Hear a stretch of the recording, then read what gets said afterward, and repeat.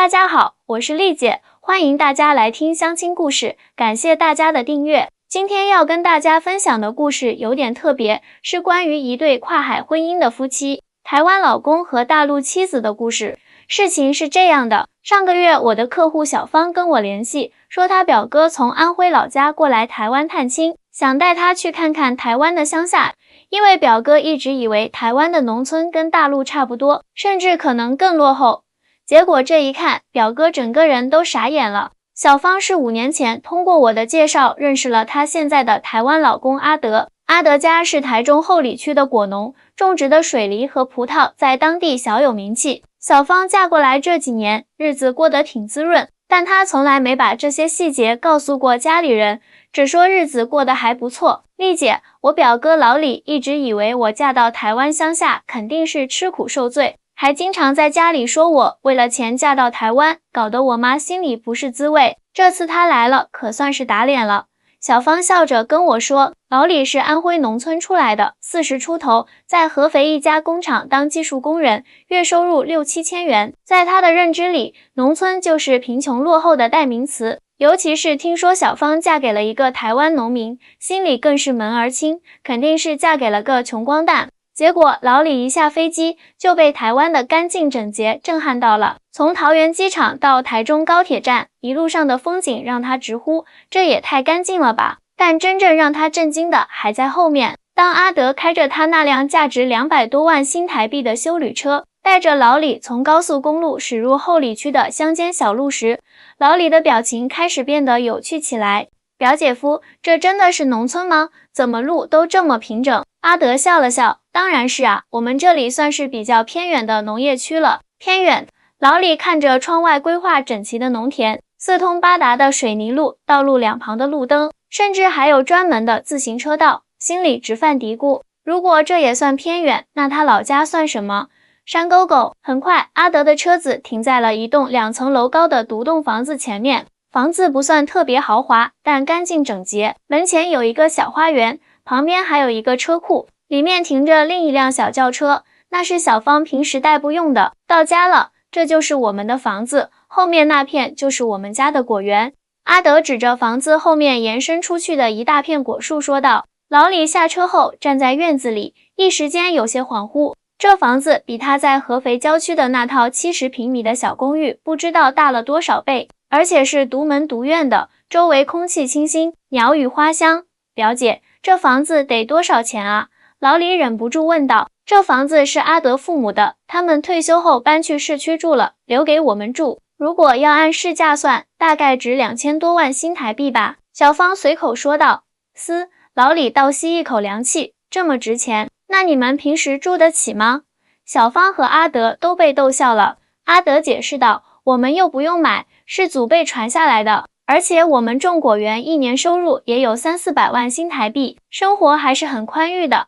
这下老李真的惊呆了，他在合肥辛辛苦苦一年到头也就7、8万人民币，而阿德一个农民，年收入居然是他的10倍还多，这也太离谱了吧。进到屋里，老李的震惊还在继续。宽敞的客厅里，液晶电视、音响、沙发一应俱全，厨房里各种电器齐备，甚至还有一台西式烤箱。房子里到处都干干净净，一尘不染。最让老李惊讶的是，阿德家里竟然还有一个专门的书房，里面摆满了各种书籍和一台笔记本电脑。表姐夫，你们农民也看这么多书啊？老李半开玩笑地问道。阿德笑了，我大学学的就是农业科技，现在也经常要学习新知识，研究怎么提高产量，改良品种。农业也是需要科技和知识的，不是简单的种地那么容易。老李若有所思地点了点头。在他的印象中，农民就是面朝黄土背朝天，日出而作日落而息，靠天吃饭的辛苦人。但阿德却颠覆了他的认知，这哪里是他印象中的农民啊，简直就是一位农业企业家。吃过晚饭，阿德提议带老李去参观一下他们的果园。尽管天色已晚，但果园里安装了照明设备，完全不影响参观。我们家的果园有5公顷，主要种植水梨和葡萄。阿德一边走一边介绍，这些都是采用有机种植方法，不用化学农药，所以价格也比普通水果高一些。老李看着整齐排列的果树，每棵树都被精心修剪过，果园里还有完善的灌溉系统和防鸟网，这水平比他见过的任何一个大陆农场都要先进。你们是怎么销售的？都卖给谁啊？老李问道。一部分通过合作社统一销售，一部分我们自己有固定的客户，包括一些高档水果店和餐厅，还有一部分是做成礼盒，通过网络直接卖给消费者。阿德说，现在消费者越来越注重食品安全和品质，我们的有机水果虽然价格高一点，但从来不愁卖。老李不禁想到自己老家的果农，种出来的水果经常被各种中间商压价收购，辛辛苦苦一年下来挣不了几个钱。而阿德不仅有自己的销售渠道，还能获得不错的利润，这差距也太大了。回到家里，阿德带老李参观了他的智慧农业控制中心，其实就是一个小型的工作室，里面有电脑和各种监控设备，这些设备可以监控果园的温度、湿度、土壤情况等数据，我随时可以通过手机查看，如果有异常情况，系统会自动报警。灌溉系统也是自动控制的，根据天气和土壤湿度自动调节。阿德说。老李彻底震惊了，这不就是科幻片里的场景吗？你这是种地还是搞科研啊？现在农业就是这样啊，用科技提高效率，降低人力成本。阿德笑道，台湾的农村劳动力越来越少，不用科技怎么种得好地呢？晚上睡觉前，老李躺在干净舒适的客房里，想着白天看到的一切，久久不能入眠。他突然明白为什么表姐这么多年从来不在家里人面前抱怨生活了，因为根本没什么可抱怨的。第二天一早，阿德带老李去附近的农村社区转转，这一转又让老李大开眼界。社区里有图书馆、活动中心、小型医疗站，甚至还有一个不小的运动场。道路整洁，绿化良好，完全颠覆了老李对农村的认知。你们这社区比我们合肥一些小区都强啊！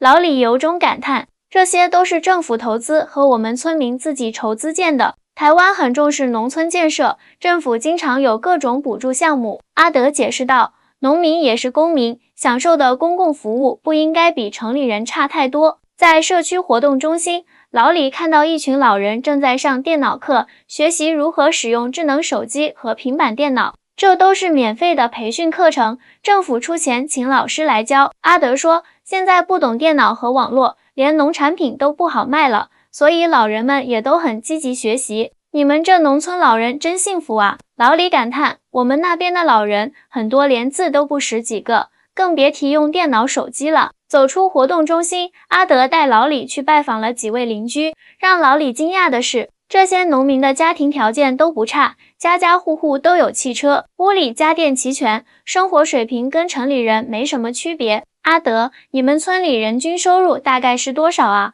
老李忍不住问道。这个不好说，因为每家种的作物不同，收入也不一样。不过我们村平均下来，一户农家年收入大概在200万新台币左右吧。阿德想了想，回答道。老李听了差点咬到舌头，这收入比他们县城里很多公务员、教师都高出好几倍啊！难怪表姐嫁过来这么多年，从来不说苦，这哪是什么苦日子，简直是天堂。不过也不是人人都这么高收入。阿德补充说，要看种什么作物，怎么经营。种普通水稻的收入就相对低一些，但政府有补贴。种高价值经济作物或者搞观光农业的，收入就高很多。老李点点头，那也比我们那边强太多了。我老家那边种地的一年到头也就挣个2-3万人民币，还得看天吃饭，遇到个灾年，说不定还要赔钱。中午时分，阿德提议去村里的农家餐厅吃饭。老李原本以为所谓的农家餐厅就是简陋的小店，结果发现是一家装修精美的餐厅，有空调，有包厢，服务员穿着统一制服，专业程度不亚于城里的高档餐馆。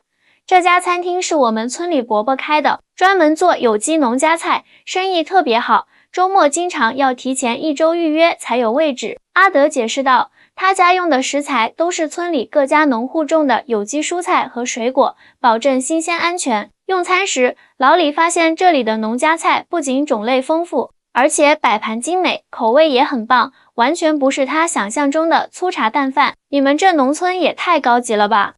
老李一边吃一边感叹，我们那边的农家乐就是在自家院子里摆几张桌子，做几个家常菜，哪有这么讲究？台湾的消费者很注重用餐体验和食品安全，这些年来，农村发展观光和休闲农业，农家餐厅也越来越规范化、专业化了。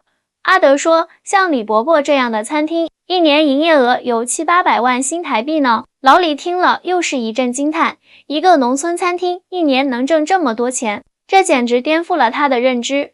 吃完饭后，阿德带老李去参观了村里的农产品加工厂。这是一个由村里几户农民合资建立的小型加工厂，主要加工制作果酱、果干、蜜饯等产品。我们村里种的水果，除了新鲜销售，还可以加工成各种产品，延长保质期，提高附加值。阿德介绍道，加工厂里设备齐全，工人们穿着工作服和帽子，操作着各种机器，整个生产过程干净卫生，有条不紊。成品包装精美，标签上还印有2维码。消费者可以通过扫码了解产品的原料来源和生产过程。我们的产品主要销往高档超市和网购平台，价格比普通产品高，但很受欢迎。负责人林阿姨骄傲地说，去年我们的营业额比前年增长了30%，今年还准备扩大生产线呢。老李看着这些农民自己创办的企业，不禁感慨万千。在他的印象中，农民就是种地养猪养鸡的老实人，哪像台湾这边的农民，个个都像企业家一样，会经营、会管理、会销售。你们这哪是农民啊，简直就是商人、企业家。老李由衷感叹，现代农民就应该这样啊。阿德笑着说，光会种地不行，还得会经营、会销售，不然种出好东西，卖不出好价钱，还是挣不到钱。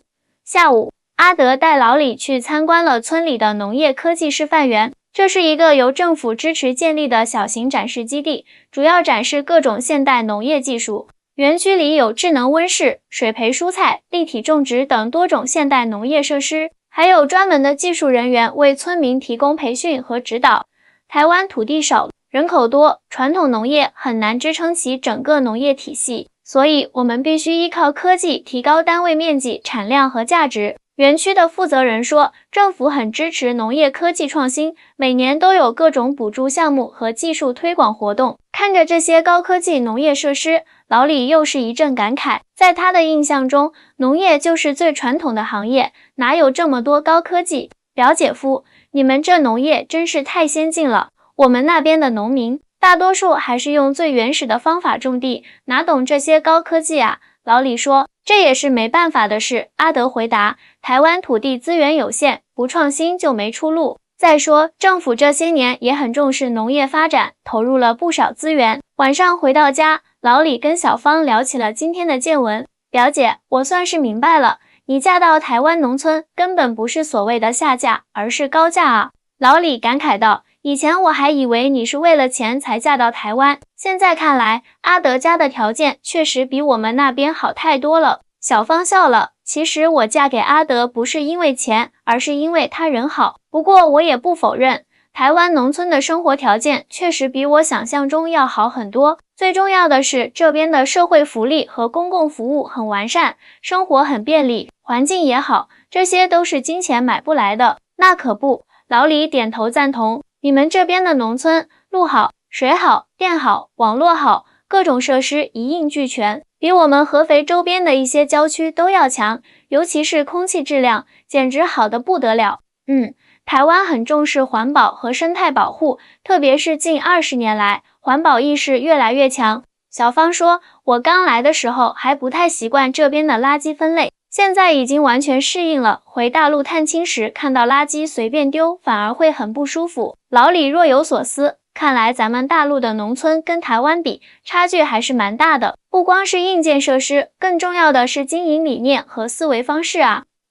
是啊，台湾的农业早就不是传统意义上的面朝黄土背朝天了，而是一个结合了生产、加工、销售、旅游等多种元素的现代产业。小芳解释道，阿德他们不仅仅是种地的农民，更是经营者和创新者，而且台湾的农民在社会上地位挺高的，不像我们那边，说起农民就觉得是文化程度低、没什么本事的人。老李感慨道，我看阿德和村里的这些农民，个个都是有知识、有技术、有头脑的人才啊。小芳点点头，台湾很多农民都受过高等教育，有的还是海归呢。像阿德就是农业大学毕业的，他们村里还有几位是研究生学历。对了，阿德的表弟还在日本留学，学的就是农业经济，毕业后准备回来继承家业呢。老李听了直咂舌，这也太不可思议了。在我们那边有几个大学生愿意回乡种地呀，都往城里跑，恨不得跟土地彻底说拜拜。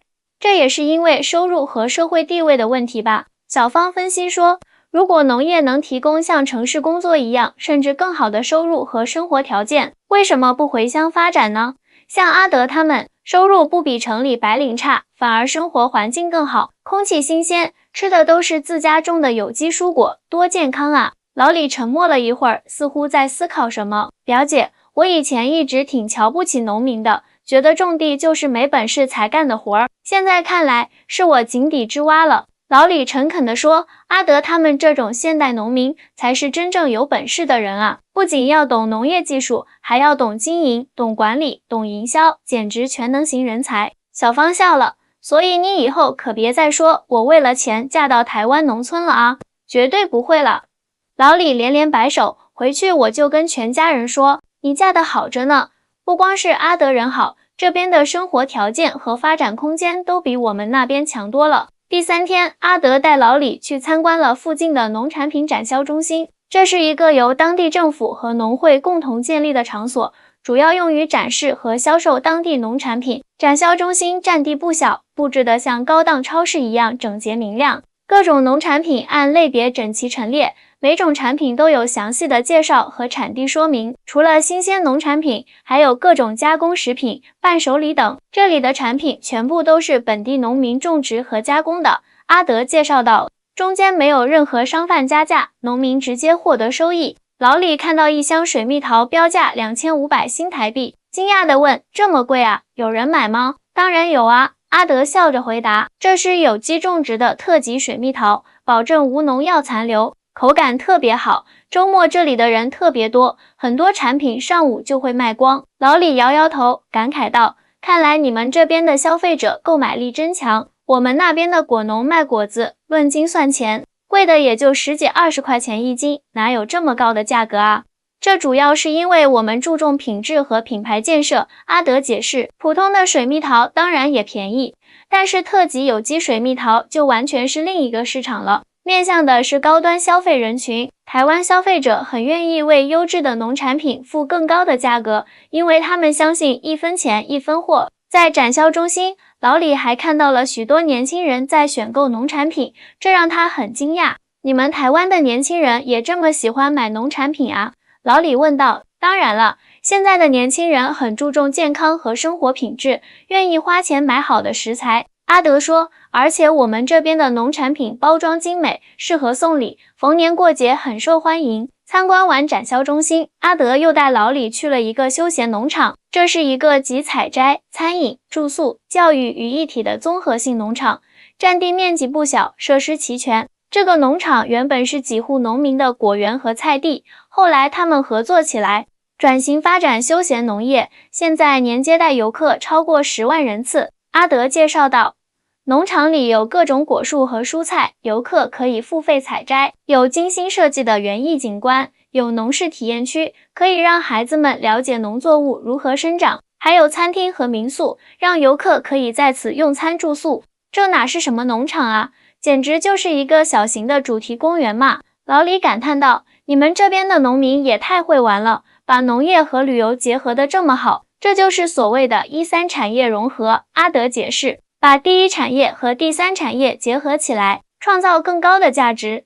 单纯种地卖农产品，利润有限，但如果发展休闲农业，让游客来体验、采摘、用餐、住宿，综合收益就高多了。看着农场里络绎不绝的游客，老李不禁感慨，你们这边的农业已经完全不是我理解的那种传统农业了，而是一种全新的生活方式和商业模式啊。是啊，现代农业必须不断创新，寻找新的增长点。阿德说，台湾土地资源有限，不可能靠规模取胜，只能走精致化、特色化、品牌化的道路。晚上回到家，老李还沉浸在白天的见闻中，他拍了很多照片，迫不及待的要发给老家的亲友看。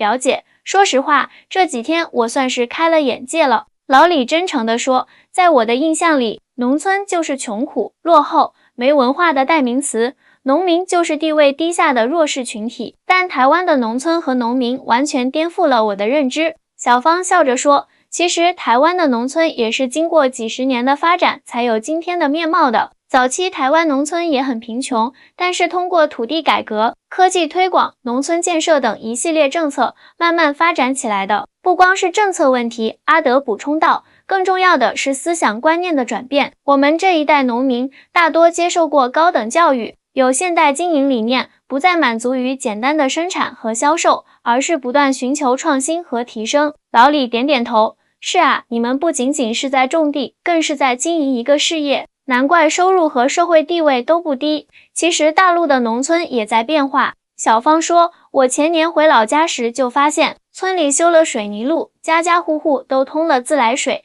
很多人家里也有电脑和网络了。虽然跟台湾比还有差距，但进步也是很大的。那是当然，老李承认，但光有硬件设施还不够，更重要的是经营理念和发展模式。我看你们台湾农村的成功，除了基础设施好，更关键的是把农业当成现代产业来经营，注重品质、品牌和附加值。这一点，我们那边的农民还差得远呢。慢慢来吧，阿德鼓励道，任何发展都需要过程。台湾农业现代化也是几十年积累的结果，不是一蹴而就的。临走前的最后一天，阿德和小芳带老李去了阿德的母校台湾农业大学参观，校园里环境优美，设施齐全，师生们往来穿梭，充满朝气。这里每年培养出不少农业人才，很多毕业生选择回乡创业，成为新一代的农民。阿德介绍道，在学校的展示厅里，老李看到了许多学生的创新项目，智能化农业设备、新型有机肥料、农产品溯源系统、农产品电商平台等等，无不体现着年轻一代对农业未来的思考和探索。这些年轻人真是了不起啊！老李由衷赞叹，把高科技和农业结合得这么好，难怪台湾农业能这么发达。参观完学校，老李陷入了沉思。表姐夫，我突然有个想法，我们老家那边的几户亲戚都有果园，一直以来收益都不高。我回去后想跟他们商量一下，能不能借鉴你们的经验，搞一个像样的农家乐或者采摘园，提高收益。你看行吗？当然可以啊。阿德很支持，其实思路转变了，机会就多了。不过也要注意因地制宜，不能简单照搬。你们那边的消费习惯、市场环境和这边不一样，需要做一些调整。对，我明白。老李点头，主要是学习你们这种把农业和旅游、教育结合起来的思路，不再单纯依靠卖农产品赚钱。回去的路上，老李感慨万千，表姐，我真是要谢谢你和表姐夫，让我开了眼界。以前总以为你嫁到台湾农村是吃苦受罪，现在才知道你是嫁到了天堂啊。小芳笑了，什么天堂不天堂的，每个地方都有好有坏。台湾农村是比较发达，生活条件好，但也有自己的问题，比如年轻人外流严重，人口老龄化，有些传统农业面临转型困难等等。只不过相比之下，优势还是更明显一些。那是当然，老李说，关键是你们这边的农民有尊严啊。不像我们那边，说起农民就是低人一等的感觉。看看阿德，大学毕业，懂技术，会经营，收入高，社会地位也不低，哪里像我们印象中的农民啊？飞机起飞前，老李再三感谢阿德和小芳的招待，并承诺回去后要好好向亲友们宣传台湾农村的先进经验，消除大家对台湾农村的误解。丽姐就是这样，一次简单的探亲访友，却让老李彻底改变了对台湾农村的看法。小芳后来跟我分享这个故事时说道，她回去后，在村里可成了网红，天天给大家讲台湾农村的见闻，连村支书都来找她了解情况呢。作为一名婚恋红娘，我见证了太多两岸婚姻的故事，有欢笑，有泪水，有误解，也有惊喜。但无论如何，增进了解，消除误解，始终是促进两岸民众友好交往的重要基础。希望通过这个小故事，能让更多的大陆朋友了解真实的台湾农村，也希望两岸的交流合作能够促进农业的共同发展，让农民的生活越来越好。谢谢大家的收听，我是丽姐，我们下次再见。